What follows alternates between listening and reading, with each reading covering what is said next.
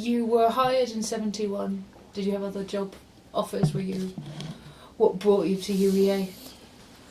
This was your first. I imagine your first job. Yes, it was. Yeah. It seemed quite amusing with hindsight how naive I was at the time. This was in 71 because as I'm looking for a job, I have to say that then I was probably typical of quite a lot of other of my friends. We just had completely naive, half-baked ideas, but we weren't concerned about looking for a job. We just thought, given the situation, that you just walk into one. It wasn't like you have to prepare and make a fight your way through. It's just like they're the job. So it was more a question of finding what would be interesting. But I applied for a job at City University in New York, Calgary, Alberta. Decision was based on the idea it might be near the Rockies and I like mountains, and nothing more to do. And Sydney, Australia, I remember those, and UEA, and in York, which I went for an interview there. That was catastrophic. I shouldn't have gone there because I'd been there before. It was just bad mistake.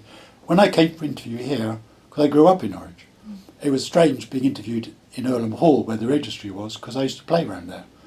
And I've got a photograph of me and my dad and my sister when it was a cafe, sitting outside on a little chair, by 1950 or something.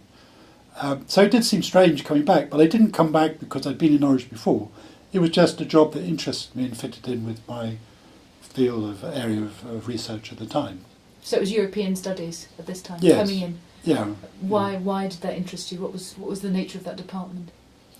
Well, I think that the primary reason was because of the specific field that I was interested in was the social history of ideas and so on, and what can you do with Jansenism? I mean, this is like pretty bizarre. It's not something you can readily teach. So, but there was a space there for teaching. The person who I replaced was teaching something like cultural history, 17th, 18th century.